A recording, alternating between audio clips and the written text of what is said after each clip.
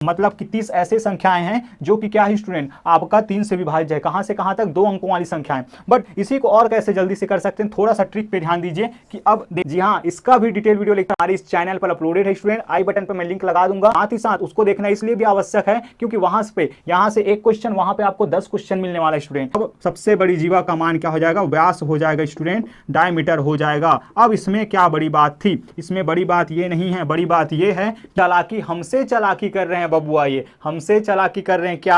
आइए संख्या रेखा पे आपको दिखाता हूं क्योंकि संख्या रेखा से चीजों को समझना बड़ा ही आसान है। तो आप जरा बताइएगा कि आपका अनुभव कैसा रहा इस वीडियो लेक्चर में। थोड़ा सा बदलाव हमने किया है ताकि आपको सहज और अनुभव करा सके। Good morning my dear students, कैसे हैं आप सभी? मैं राजेश कुमार स्वागत करता हूं आप सभी का आपके अपने चैनल डीसी मैथ्स पाटन पे। डीसी मैथ्स पाटन जो आपको प्रोवाइड कर रहे हैं आपके पीएम यशस्वी योजना क्लास 11th के लिए मैथ्स का वीडियो लेक्चर। आइए स्टूडेंट आगे बढ़ते हैं, और आगे बढ़ने से पहले एक इंपॉर्टेंट आपके लिए जो न्यूज है वो मैं बता दूं कि आप सभी हिंदी माध्यम छात्रों जो कि हमारे इस चैनल पर लगभग स्टूडेंट आधे से अधिक हैं, उन सब का एक रिक्वेस्ट आ रहा है कि सर हिंदी के शब्दावलियों को बढ़ाइए।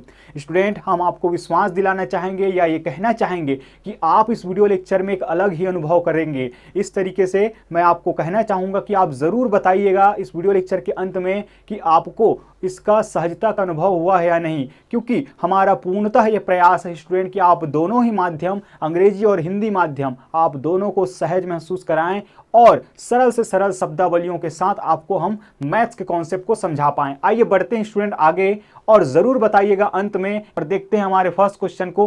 फर्स्ट क्वेश्चन में क्या है, शानदार आज का ये पैटर्न होने वाला है। कुछ बहुत सारे अलग अलग तरह के हम क्वेश्चन लेके आए हैं स्टूडेंट। आइए बढ़ते हैं आगे। ट्रायंगल पर बेस ये क्वेश्चन है। ये आपका ट्रायंगल है, बड़ा है, डरने की कोई बात नहीं है।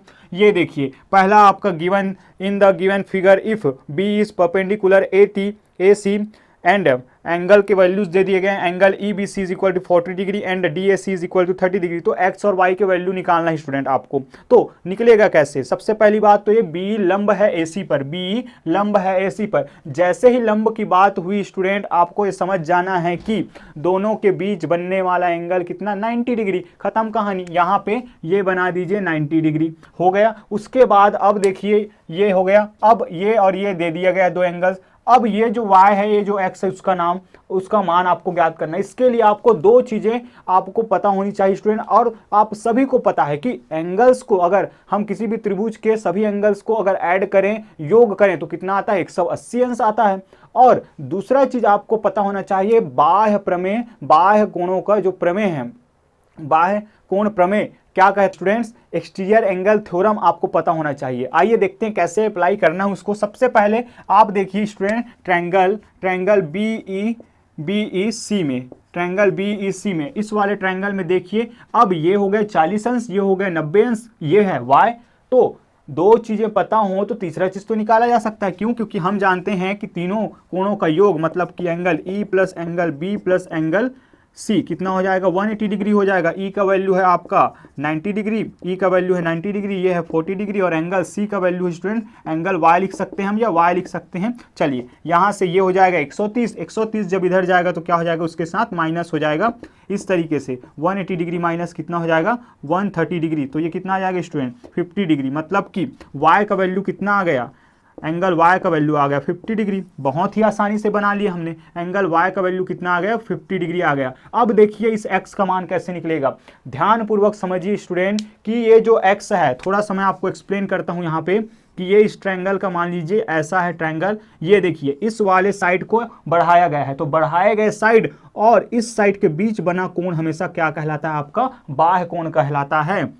तो यहां से ये दे दिया गया 30 डिग्री, ये आपने 50 डिग्री निकाला।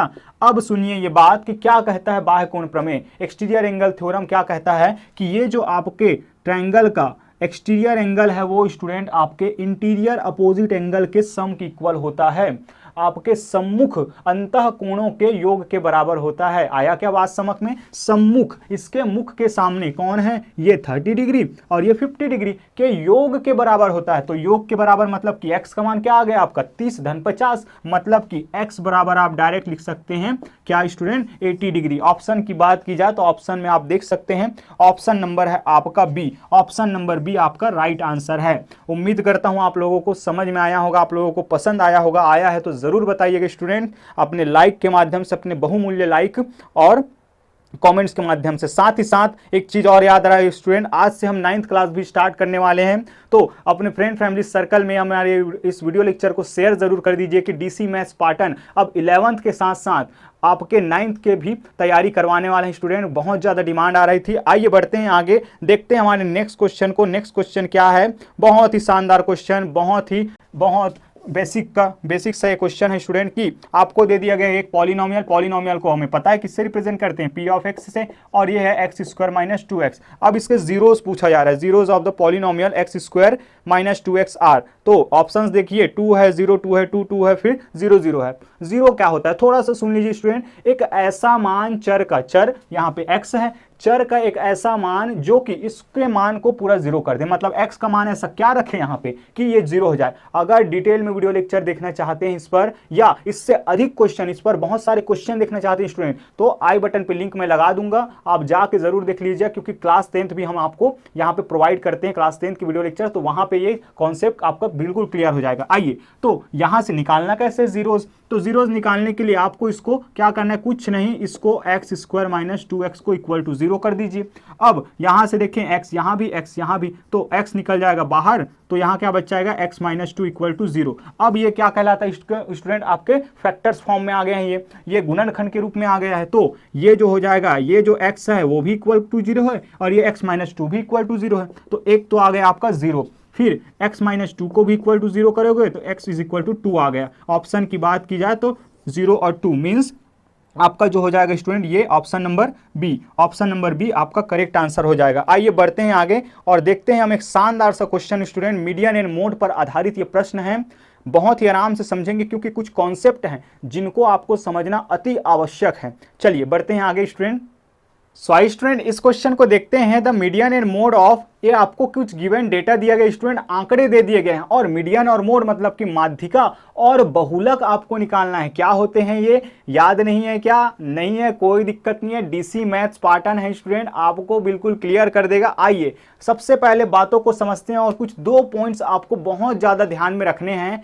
पहला पॉइंट है कि माध्यिका होते क्या है। माध्यिका का अगर फॉर्मूला अगर देखिए स्टूडेंट, यहां पे अगर हम बात करें तो यदि n जो है विषम हो, ऑड हो, तब ये फॉर्मूला होता है, और यदि n जो है सम हो तब क्या होता है। अभी सर ये n क्या है, तो कुछ नहीं, n क्या है, नंबर ऑफ टर्म्स, पदों की संख्या स्टूडेंट, कितने पद हैं इसमें, कितने पद हैं वो जरा बता दीजिए। तो ये हो गया। फिर यहां से थोड़ा सा डिफ्रेंशिएट हम कर देते हैं इसको, ये देखिए, तो n अगर विषम है तो ये फॉर्मूला लगेगा कि माध्यिका को हम md से सबस्क्रिप्ट में ये लिख कर दिखाते हैं student, n+1 divided by 2th term, मतलब कि n/1/2 वह पद, मतलब कि इसमें उस वाले पद का मान ही क्या हो जाएगा, माध्यिका हो जाएगा। फिर अगर सम हो गया तो ये बड़ा परेशान करता है बच्चों को, जब भी ये होता है तो सम वाला फॉर्मूला उनको समझ नहीं आता। कुछ नहीं स्टूडेंट, जो यहाँ पे आप निकालेंगे n/2, उसी में एक प्लस करके उस वाले पद को और इस वाले पद को ऐड कर दीजिए और 2 से डिवाइड कर दीजिए।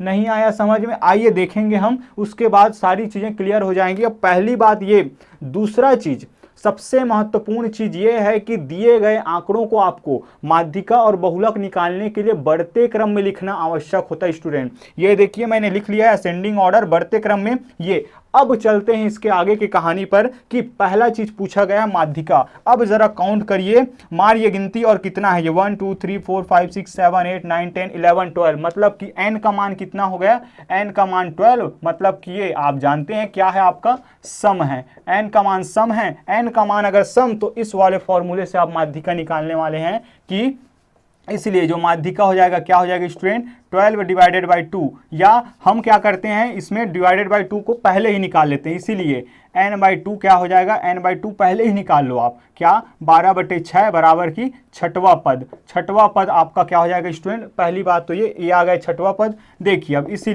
इसीलिए आप क्या करिए, माध्यिका बराबर, यहाँ से देखिए n/2 एक टर्म, तो वहाँ पे लिख लिया हमने n/, तो 6 टर्म का मान, प्लस इसमें ऐड करना है n/2 + 1, n/2 + 1, मतलब कि ये छठवां पद में एक पद और ऐड करेंगे तो कितना हो जाएगा, ये हो जाएगा स्टूडेंट आपका 7th टर्म, ये हो जाएगा आपका 7th टर्म डिवाइडेड बाई 2। अब जरा देखिए निकालेंगे कैसे, तो यहां ध्यान से समझिए स्टूडेंट, 1 2 3 4 5 6, ये हो गया कौन सा, छठवां पद, 7th ये हो गया छठवां के बाद 7वां पद, तो यहां से हो जाएगा ये 18 धन 18 बटे 2, ये हो जाएगा 36 और दोबारा से काटोगे तो 18 आ जाएगा। मतलब कि माध्यिका का मान कितना आ गया, माध्यिका का मान आ गया आपका 18।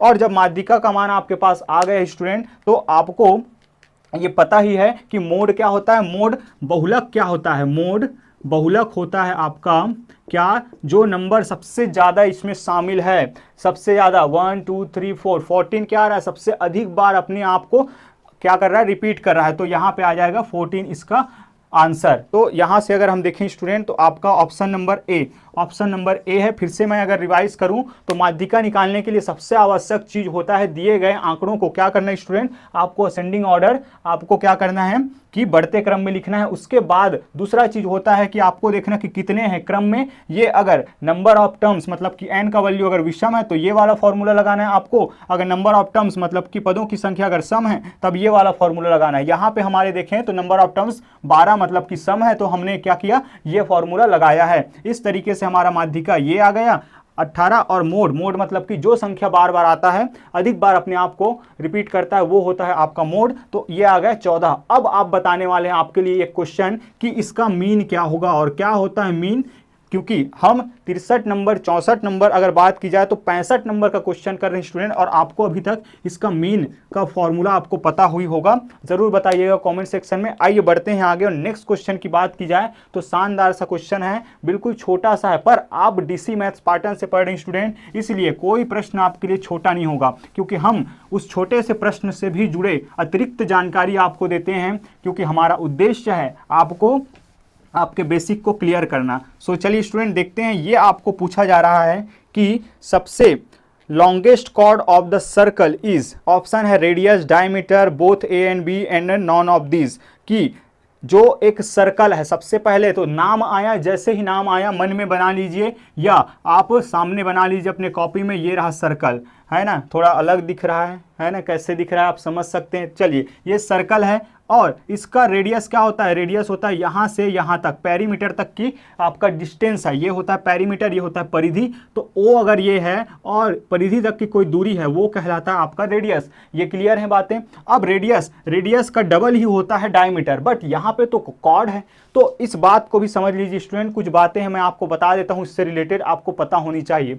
देखिए यहाँ से केंद्र से परिधि के किसी भी बिंदु तक की जो दूरी है वो हो गया आपका त्रिज्या। अब मान लीजिए इस परिधि पर मैंने कहीं पे भी 2 पॉइंट ले लिए, कहीं पे भी 2 पॉइंट ले लिए और उसको ज्वाइन कर दिए, तो ज्वाइन कर दिए, ये पॉइंट फिक्स, ये पॉइंट फिक्स, मान लीजिए कि ये है ए बी, तो दोनों पॉइंट जिसका फिक्स हो ऐसा रेखा क्या कहलाता है, रेखा खंड कहलाता है, लाइन सेगमेंट। तो ये जो लाइन सेगमेंट है, ये जो लाइन सेगमेंट में है, ये होगा आपका जीवा, यही होगा आपका क्या, कॉर्ड। बट यहाँ तो सबसे बड़ा कॉर्ड की बात की जा रही, तो आप धीरे धीरे अगर ऊपर करें तो एक समय ऐसा आएगा, यही कॉर्ड कहाँ से पास होगा, यही कॉर्ड आपका जाएगा केंद्र से होकर गुजरेगा, और केंद्र से होकर गुजरने वाला कॉर्ड ही होता है, जीवा ही होता है सबसे बड़ी क्या, जीवा व्यास होता है, व्यास होता है।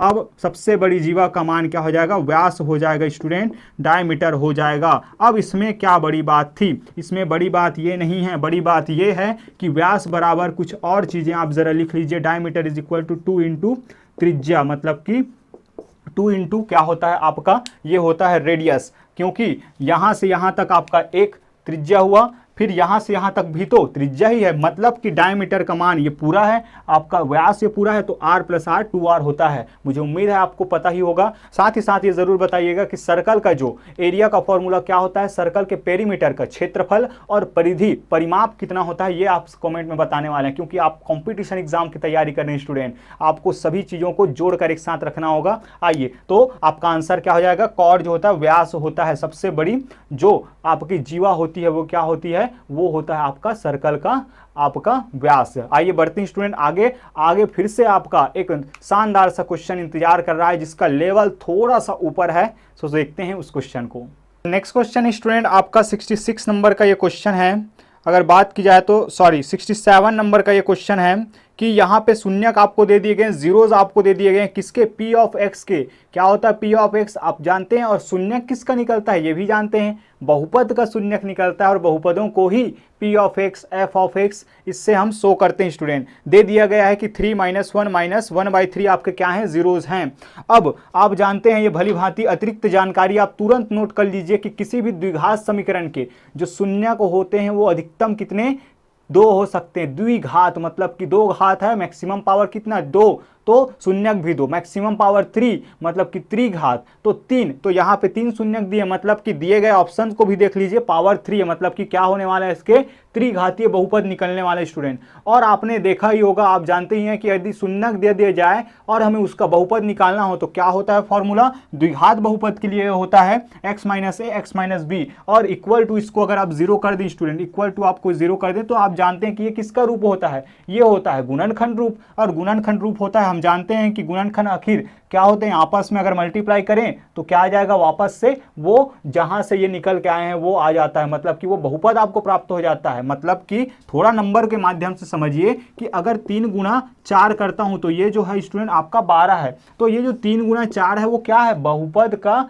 मतलब कि गुणनखंड रूप है, 12 का गुणनखंड रूप है। इसी प्रकार से इनको जब मल्टीप्लाई किए तो अंत में क्या आ गया, 12 आ गया, मतलब कि 12 को ही तोड़े होंगे तो ये मिला होगा। तो इसी प्रकार किसी बहुपद को तोड़ने पर क्या मिला होगा, ये मिला होगा। आइए उसको पता लगाने का प्रयास करते हैं कि क्या है आखिर, उसके हेल्प से उस जो है बहुपद को हम लगाते हैं पता। तो इस तरीके से आपको लिख लेना है, त्रिघाती है तो ये होगा फॉर्मूला स्टूडेंट आपका x - a x - b और x - c। मैंने वैल्यू रख लिया है ये, यहाँ पे अगर बात की जाए तो ये इस तरीके से मैंने वैल्यू रख लिया है, माइनस है तो -1 बड़ा ब्रैकेट यूज किया मैंने, उसके बाद यहाँ भी वैसे ही बड़ा ब्रैकेट यूज करेंगे क्योंकि माइनस है, अंदर भी माइनस, तो ब्रैकेट का यूज आप जानते हैं। अब देखिए यहाँ पे सॉल्व करके लिख लिया कि माइनस और माइनस हो जाएगा प्लस, x + 1 हो जाएगा, माइनस माइनस प्लस, तो x + 1/3 हो गया। अब क्लियर है। और गुणा भाग तो आपको ये आता है कि x का इस पूरे के साथ करोगे। ध्यान रखिएगा स्टूडेंट, यहाँ पे सबसे महत्वपूर्ण चीज है आपको इसको लिखने का तरीका, आपको इसको मल्टीप्लाई करने का तरीका, क्योंकि आप x का इस पूरे के साथ कर रहे हो, -3 का इस पूरे के साथ, ये चुपचाप साथ चलता रहेगा जब तक कि इन दोनों को सॉल्व नहीं कर लेते। ध्यान रखिएगा, तब तक कि आप इसको छूना नहीं है। आइए बढ़ते हैं आगे। तो ये इस तरीके से जब आप सॉल्व करेंगे स्टूडेंट, एक स्थिति ऐसी आएगी जब आप इस तरीके से रिजल्ट पर पहुंच जाएंगे। उम्मीद है आप लोगों को ये तो आता ही होगा। और आपकी जानकारी के लिए बता दूं कि अगर आप इस पर बेसिक वीडियो लेक्चर या इस पर बेस और अधिक क्वेश्चन चाहते हैं स्टूडेंट, तो आई बटन पे लिंक लगा दूंगा मैं, क्लास 10th के वीडियो लेक्चर्स आप देख सकते हैं, चैनल पे अपलोडेड है। अब वो स्थिति आ गया, अब हम क्या करेंगे, ये पूरा सॉल्व हो गया, दोनों जो सॉल्व कर रहे थे उसको, अब बारी है इसके साथ मल्टीप्लाई करने की। तो x का इस पूरे के साथ 1/3 का इस पूरे के साथ जब मल्टीप्लाई करेंगे तो यहां से हो जाएगा ये x3, यहां से हो जाएगा ये 2x², फिर यहाँ से ये 3x, x into -3 -3x plus 1/3 into x², ये हो जाएगा 1/3x², ये हो जाएगा आपका -2 के साथ होगा तो 2/3x, और इसके साथ होगा तो ये हो जाएगा -3 इंटू 1/3 स्टूडेंट। आइए बढ़ते हैं आगे और देखते हैं, यहाँ पे x³ है तो x³ तो साथ चलने वाला है, ऐसे ही -2x² और ये x² साथ लिख लेते हैं इसको, -2x² प्लस 1/3x², फिर x वाले को x वाले के साथ लिख लेते हैं 3x, और ये हो जाएगा -2/3x, और यहाँ पे देखें तो x और x कट जाएगा, ये आ जाएगा। अब देखिए स्टूडेंट, यहाँ पे आप इसको सॉल्व कीजिए, तो इसके नीचे कुछ नहीं 1 है, इसके नीचे कुछ नहीं 1 है, इसके नीचे कुछ नहीं 1 है, इसके नीचे कुछ नहीं 1 है, सबका एलसीएम कितना आ जाएगा, यहाँ 1 1 1 1 और ये 3, तो सबका एलसीएम कितना आ जाएगा, ये आ जाएगा 3। आप जानते ही हैं 3 को जब इसके साथ आप सॉल्व करेंगे तो 3, ये हो जाएगा स्टूडेंट 3x³, ये हो जाएगा 3 × 2 हो जाएगा 6x², फिर यहाँ से हो जाएगा ये x², क्योंकि 3 से 3 डिवाइड करेंगे तो 1 आएगा, यहाँ से कीजिए तो ये आ जाएगा 3 3 9 9x, यहाँ से हो जाएगा ये 2x और -3 ये हो जाएगा। सॉल्व करेंगे तो मुझे उम्मीद है कि आप सभी को ये चीज़ें आती होंगी स्टूडेंट, फिर भी मैं एक बार आपके लिए बता रहा हूँ। आइए देखते हैं, यहाँ पे ये हो जाएगा 3x³, ये हो जाएगा 3x³। अब यहाँ से अगर बात की जाए तो यहाँ से है स्टूडेंट, यहाँ से सॉल्व करेंगे तो 5x, यहाँ से अगर सॉल्व करेंगे तो 5x² है, प्लस यहाँ पे माइनस, यहाँ पे देखें तो 11x - 3 है, 11x - 3 डिवाइडेड बाई 3 है, अच्छा हमने इक्वल टू 0 लेके नहीं गए हैं इसको, इक्वल टू 0 आपको साथ रखना है, इक्वल टू 0 आपको साथ रखना है स्टूडेंट, तब आपका काम होगा, क्योंकि अंत में आप फिर इसमें आप कंफ्यूज हो जाएंगे। तो इक्वल टू 0 जब साथ रहेगा तो क्या कर देना इसके, फिर आप ट्रांसफ़र करेंगे तो ये जब इधर जाएगा तो आपको क्या मिल जाएगा 3x³ minus 5x² minus 11x minus 3। ये आपका ऑप्शन है। ऑप्शन की बात की जाए तो अगर ध्यान से देखें तो ऑप्शन नंबर है स्टूडेंट आपका C, option number C 3x² minus 5x² 3x³ minus 5x² minus 11x minus 3, ये ऑप्शन नंबर सी आपका करेक्ट आंसर आ जाएगा। थोड़ा सा आपको जब आपका प्रैक्टिस हो जाएगा तो इतनी लंबी चौड़ी आपको करने की ज़रूरत नहीं पड़ेगी। यहाँ मैं आपको एक्सप्लेन कर रहा हूँ स्टूडेंट, इसलिए स्टेप वाइज मैंने आपको बताया है ताकि आपका कॉन्सेप्ट बिल्कुल क्लियर रहे।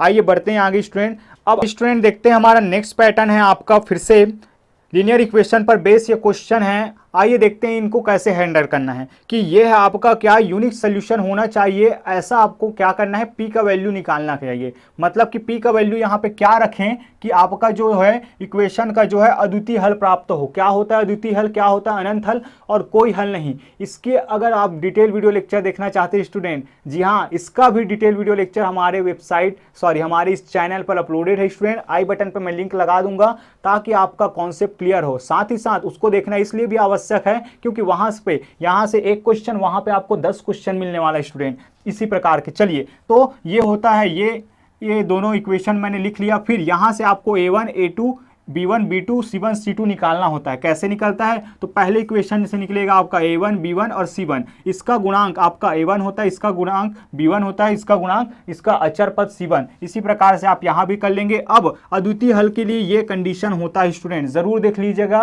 वीडियो लेक्चर को जो कि आपके क्लास 10th को मैंने वहाँ पे पढ़ाया स्टूडेंट उसको, ताकि आपका कॉन्सेप्ट क्लियर हो, क्योंकि इससे क्वेश्चन तो आप मान के चलिए निश्चित है।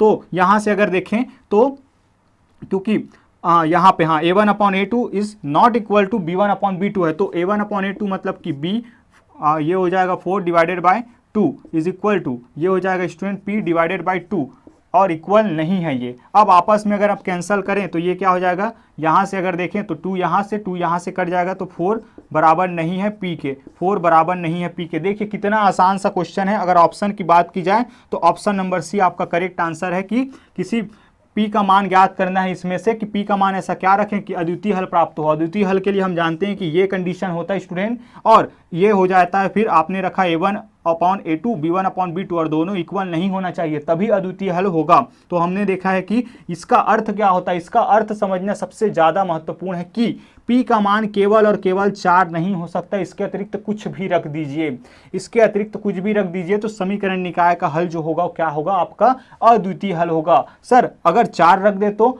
अद्वितीय हल नहीं होगा, मतलब कि कैसा हल होगा, कोई हल नहीं होगा स्टूडेंट, याद रखिएगा कोई हल नहीं होगा। अगर 4 रखें तो कोई हल नहीं होगा, और ये कंडीशन आप बताने वाले हैं कि कोई हल नहीं के लिए क्या होता है, कमेंट पे जरूर बताइएगा। आइए बढ़ते हैं आगे, और नेक्स्ट क्वेश्चन आ रहा है स्टूडेंट आपका कि क्वाड्रेटिक इक्वेशन आपको पहचानना है। देख सकते हैं which of the following is not a quadratic equation, मतलब कि आपको ये पहचानना है कि कौन सा क्वाड्रेटिक इक्वेशन नहीं है, द्विघात समीकरण कौन सा नहीं है। समझिएगा क्वेश्चन को कैसे आपको यहाँ पे फंसाया जाता है कि नहीं है पूछा जा रहा है, मतलब कि 4 में से 3 ऑप्शन ऐसे हो सकते हैं जो क्या होंगे, होंगे ही होंगे, एक जो होगा नहीं होगा। तो इसको भी मैं आपके लिए छोड़ने वाला हूँ, लेकिन करना कैसे मैं ज़रूर बताऊँगा कि सबसे पहले आपको क्या करना होगा, इसको सॉल्व करना होगा स्टूडेंट, कि इसमें से फिर एक क्या होगा आपका, हो सकता है कि लीनियर इक्वेशन निकल जाए, रैखिक समीकरण, या हो सकता है कि घात 3 वाला निकल जाए। वो आप सॉल्व करके पता लगा लेंगे, क्योंकि आप सभी को पता ही है कैसे सॉल्व किया जाता है। एक को मैं बता देता हूँ, x-2 का होल स्क्वायर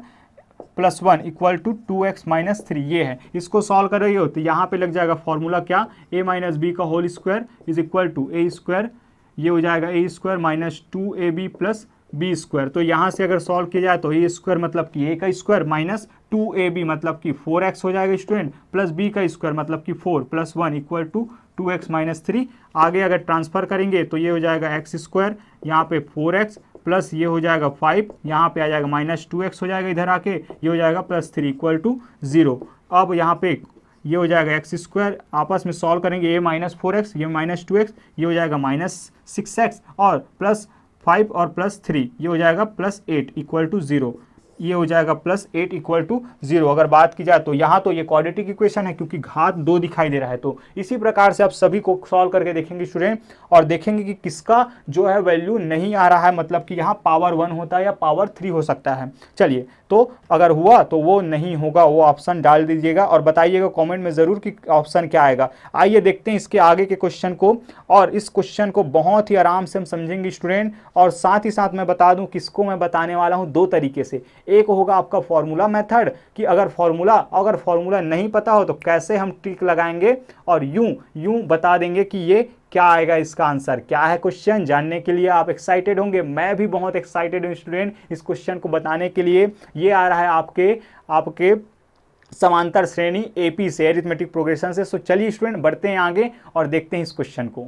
तो क्वेश्चन है स्टूडेंट आपका, how many 2 digit numbers are there which are divisible by 3, की आपके 2 अंकों वाले ऐसे कितने संख्याएं हैं जो 3 से विभाज्य हैं। विभाज्य मतलब कि पूर्णतः भागित हो जाना, पूर्णतः उससे भाग चले जाना, मतलब कि शेषफल का 0 आ जाना। अब देखिए स्टूडेंट बातों को समझिए। सबसे पहली चीज की क्या, 2 अंकों वाली संख्याएं। तो 2 अंकों वाली संख्याओं को ऐसे छांट लीजिए कि 2 अंकों वाली संख्याएं कितनी हो जाएंगी, तो 10 से लेकर 99 तक। आपको पता है कि सबसे छोटी संख्या क्या होता है, 10, और सबसे बड़ी संख्या होता है आपका 2 अंकों की 99। ये हो गया। इन्हीं के बीच में ऐसा नंबर हमें दिखाना है कि जो कि क्या होगा आपका 3 से क्या होगा, विभाज्य होगा, डिविजिबल होगा। तो मैंने क्या लिख लिया है, 10 होता है क्या, नहीं होता, 11 होता है क्या, नहीं होता है, लेकिन 12 से स्टार्ट होगा, फिर 15, 18, 21, 24, 27, इस तरीके से आगे बढ़ेगा और अंत में आपको मिलेगा क्या, 99। अब जैसे कि मैंने कहा कि 2 तरीका मैं बताऊंगा स्टूडेंट आपको बनाने का। पहला तरीका आपको फॉर्मूला मेथड,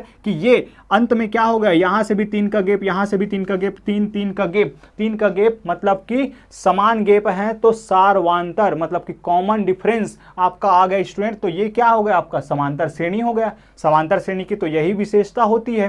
तो यहां से देखिए, तो इसका nवां पद ये होता है आपका an is equal to a plus n minus 1 into D के फॉर्मूले से। यहां पे ये an होता है क्या, का अंतिम पद, या यूं कहें कि nवां पद। ए होता है प्रथम पद, ये होता है आपका पदों की संख्या, और ये होता है आपका सारवांतर। ये सभी जानते हैं स्टूडेंट, नहीं जानते डिटेल वीडियो लेक्चर चाहते हैं, ये भी आपको मिल जाएगा। कहाँ, हमारे चैनल पे मिल जाएगा स्टूडेंट, आप समझ सकते हैं बिल्कुल 20 मिनट के अंतर्गत। वहाँ पे बहुत सारे क्वेश्चन आपको मिल जाएंगे, या यूं कहें तो आगे भी आप इससे रिलेटेड क्वेश्चन बना सकते हैं। अब इससे अगर हम देखें तो आएगा क्या, यहाँ पे अंतिम पद मतलब कि ये रहा अंतिम पद, an का वैल्यू प्रथम पद, ये रहा स्टूडेंट a का वैल्यू d, सारवांतर डिफरेंस कितना है इसका, 3 का डिफरेंस है। सबका मान रख दीजिए तो पदों की संख्या आ जाएगा वही कि कितने मतलब कि n का वैल्यू, तो यहाँ पे रखें 99 रखती है।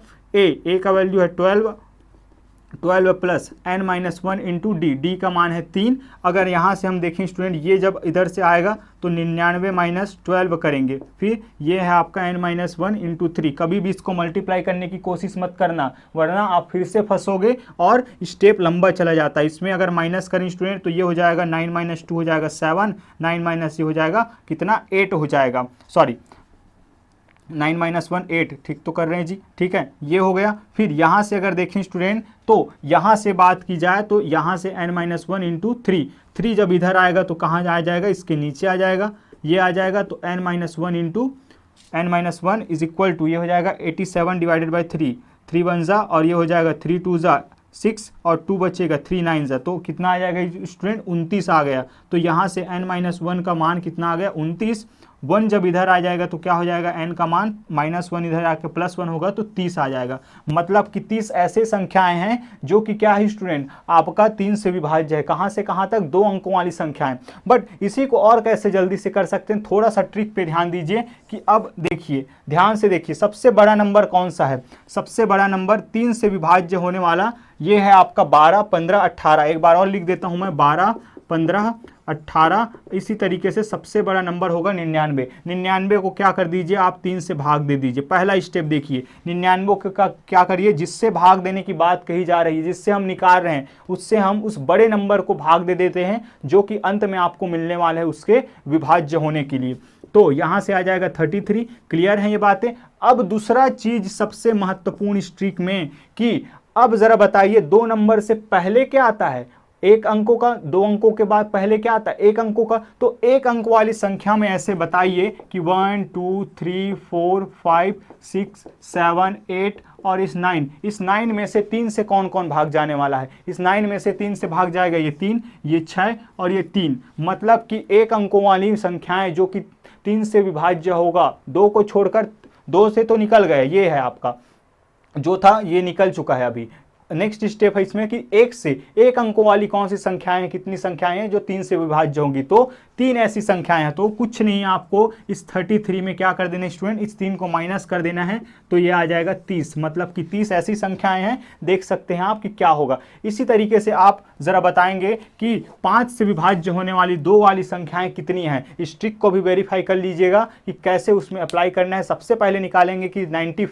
95 जो होगा सबसे बड़ा नंबर होगा। चलिए बता ही देता हूं मैं कि 95 जो होगा स्टूडेंट, 5 में अगर बात की जाए 2 अंकों की तो 10 से शुरू होगा, ये 15 होगा, फिर अंत तक जाएगा और 95 में ये खत्म होगा। और पहला स्टेप यहाँ पे होगा कि कितनी संख्याएं हैं 2 अंकों की जो 5 से विभाज्य है। क्वेश्चन बन गया आपका। तो हमने देखा कि ये सीरीज बन रहा है, तो सबसे पहले क्या करना है आपको, 5 से इसको डिवाइड कर देना है। जब 5 से डिवाइड करेंगे तो ये आ जाएगा 19 आ गया। उसके बाद जरा देखिए कि एक अंकों वाली जो छूट गया है, एक अंकों वाली कितनी संख्याएं जो 5 से भाग जा सकता है। 1 जाएगा, 2 जाएगा, बिल्कुल नहीं जाएगा। कि कौन जाएगा, 3। मतलब कि एक अंकों वाली केवल और केवल एक संख्या है। तो इस 19 में जरा 1 माइनस कर दीजिए तो 18 आपकी संख्याएं आ जाएगी। आप क्या करिएगा, आप इस फॉर्मूले से निकाल के मैच कर लीजिएगा स्टूडेंट कि फॉर्मूला सही है या नहीं, ट्रिक सही है या नहीं। इसी प्रकार से आप 7 से भाग जाने वाली, 8 से भाग जाने वाली, 9 से भाग जाने वाली इन सभी संख्याओं के लिए प्रैक्टिस करिए और इस ट्रिक को आप अपना लीजिए स्टूडेंट। कैसा लगा ये ट्रिक जरूर बताइएगा। अपने आप में बहुत यूनिक है स्टूडेंट, काफ़ी हमने रिसर्च किया है, बना के आपके सामने पेश किया है। आइए बढ़ते हैं आगे और देखते हैं आज के नेक्स्ट वीडियो लेक्चर के इस नेक्स्ट क्वेश्चन को। फिर से आपके इसी एरिथमेटिक प्रोग्रेशन पर आधारित ये प्रश्न है। बहुत ही शानदार क्वेश्चन मैं मानूंगा स्टूडेंट, इसको ध्यान से हम समझेंगे। तो चलिए स्टूडेंट देखते हैं आगे बढ़ते हुए इस क्वेश्चन को। सो आइए डियर स्टूडेंट देखते हैं हमारे नेक्स्ट क्वेश्चन को। क्वेश्चन नंबर है आपका 71। The sum of first n positive integers is, कि n धनात्मक पूर्णांकों का जो योग है वो कितना होगा। शानदार क्वेश्चन है, डबल मार्क्स लगाइए, 3 स्टार लगा लीजिए स्टूडेंट। और देखते हैं इसको, पहचानते हैं कि ये आखिर कैसे बनेगा। बड़ा ही चालाकी, हमसे चालाकी कर रहे हैं बबुआ, ये हमसे चालाकी कर रहे हैं। क्या कि n धनात्मक पूर्णांक दिया क्या स्टूडेंट आपका, n धनात्मक पूर्णांक। आइए संख्या रेखा पे आपको दिखाता हूं, क्योंकि संख्या रेखा से चीजों को समझना बड़ा ही आसान है। तो पूर्णांक संख्याओं की अगर बात की जाए तो हम जानते हैं कि ऐसी संख्याएं, ऐसा समूह जिसमें ऋणात्मक भी शामिल हो, धनात्मक संख्याएं भी शामिल हो और खुद जीरो साहब भी शामिल हो, वो ऐसा समूह क्या कहलाता है आपका पूर्णांक संख्याएं। अब n धनात्मक संख्याएं, n मतलब कि क्या स्टूडेंट, अनंत। मतलब कि वो क्या हो सकते हैं, कुछ भी हो सकते हैं, कुछ पता नहीं है। तो धनात्मक की बात की जाए ये चलने वाला है अंत तक। तो इनडायरेक्टली आपको क्या कहा जा रहा है, इनडायरेक्टली आपको प्राकृत संख्याओं के बारे में बताया जा रहा है। प्राकृत संख्याओं मतलब कि नेचुरल नंबर्स के बारे में बताया जा रहा है स्टूडेंट, नेचुरल नंबर्स के बारे में। ऐसे चालाकी कर रहे हैं हमसे कि n धनात्मक पूर्णांक, इनडायरेक्टली क्या कह रहे हैं, ये कह रहे हैं कि n धनात्मक 1 से स्टार्ट होता है और अनंत तक जाता है। कौन, प्राकृत संख्याएं। तो इस तरीके से ये निकल गया। तो हमारे पास जो है n इज इक्वल टू क्या आ जाएगा, 1 2 3 4 एंड सो ऑन n तक। अब ध्यान से देखिए कि इसका हमें क्या निकालना है, आपको निकालना है स्टूडेंट, आपको इसका हल निकालना है, सम निकालना है। और अंत में आपको क्या दे दिया गया, n तक जाएगा, कुछ भी हो सकता है n। तो निकालेंगे कैसे, तो फिर से अगर देखें तो डिफरेंस कितना है, 1 का डिफरेंस, 1 का मतलब कि ये क्या है आपका AP है, ये AP है, ये AP है। तो अब जरा बताइए कि AP का सम क्या होता है, nth टर्म का सम। फॉर्मूला जरा लिखिए student, sum of nth term is equal to n divided by 2a plus n-1 into D, पहला फॉर्मूला। दूसरा सबसे शानदार है इसका कि Sn is equal to n divided by 2a plus L या an से हम शो कर सकते हैं। अब जरा टर्म्स को समझिए कि दोनों दिखने में तो एक जैसे हैं, n/2 यहाँ पे, लेकिन यहाँ पे अगर बात की जाए तो आपको a लगाना है, आपको d लगाना है, आपको n निकालना है, n लगाना है, आपको n का मान लगाना है। n का मान तो यहाँ n ही है कि अंतिम पद, मतलब कि कहाँ तक ये जाने वाला है, कितने पदों तक हम निकालने वाले हैं वो। लेकिन यहाँ पे अगर बात की जाए तो इस फॉर्मूले को कब यूज करना है आपको समझिए। आपको पहला पद पता हो, आपको अंतिम पद पता हो, तो आपको इस फॉर्मूले को यूज करना चाहिए। बहुत ही आसानी से होता है इससे। आप जरा इससे बनाइएगा, मैं इससे बना रहा हूं स्टूडेंट कि पहला पद मतलब कि a का मान आपको पता है, अंतिम पद n का मान आपको पता है। क्या है आपका अंतिम पद? आपका n रहने वाला है। इसमें अगर हम अप्लाई करें तो आपको क्या मिल जाएगा? ये Sn, मतलब कि nth टर्म तक, nवें पद तक इस धनात्मक पूर्णांकों का संख्या क्या मिल जाएगा आपको? n/2 a का मान है 1 प्लस l का मान है आपका n, l का मान है l। तो इस तरीके से जब आप सॉल्व करेंगे तो ये आ जाएगा स्टूडेंट आपका n+1। थोड़ा सजा के ज़रा लिख लेते हैं तो ये आ जाएगा आपका ये। अगर ऑप्शन की बात की जाए तो ऑप्शन नंबर है आपका ऑप्शन नंबर सी आपका करेक्ट आंसर है। ऑप्शन नंबर सी आपका करेक्ट आंसर है। देखिए कितना आसानी से बन गया। आप इससे भी बनाएंगे तो भी इसका आंसर आ जाएगा स्टूडेंट। अब जरा बताइएगा आप कि इतने सारे कहानी करने के बाद ये अगर जीरो शामिल हो जाए इस धनात्मक पूर्णांक की समूह में तब क्या कहलाएगा? अगर यहाँ पे p/q वाला फॉर्म आ जाता है तो क्या कहलाता है, वो जरा बताइएगा। और इसी से रिलेटेड एक क्वेश्चन हम करने वाले हैं नेक्स्ट वीडियो लेक्चर में। तो आज के लिए बस स्टूडेंट, मिलेंगे हम नेक्स्ट वीडियो लेक्चर में। तब तक के लिए अपना ख्याल रखिए। साथ ही साथ ये ज़रूर बताइए कि आपको इसमें से कौन सा क्वेश्चन पसंद आया। और हमारे इस वीडियो लेक्चर को इतना सपोर्ट करने के लिए, इतना प्यार देने के लिए आप सभी का बहुत बहुत धन्यवाद स्टूडेंट। और आप सबके डिमांड पर ही हम आगे की वीडियो लेक्चर्स भी प्रोवाइड करते रहेंगे और हिंदी के वर्ड्स आपके लिए इसी तरीके से यूज़ करते रहेंगे स्टूडेंट। आप ज़रा बताइएगा कि आपका अनुभव कैसा रहा इस वीडियो लेक्चर में। थोड़ा सा बदलाव हमने किया है ताकि आपको सहज और अनुभव करा सकें। तो मिलते हैं नेक्स्ट वीडियो लेक्चर में स्टूडेंट। तब तक के लिए अपना ख्याल रखिए, स्वास्थ्य का ख्याल रखिए, प्रैक्टिस पर ध्यान दीजिए। जय हिंद।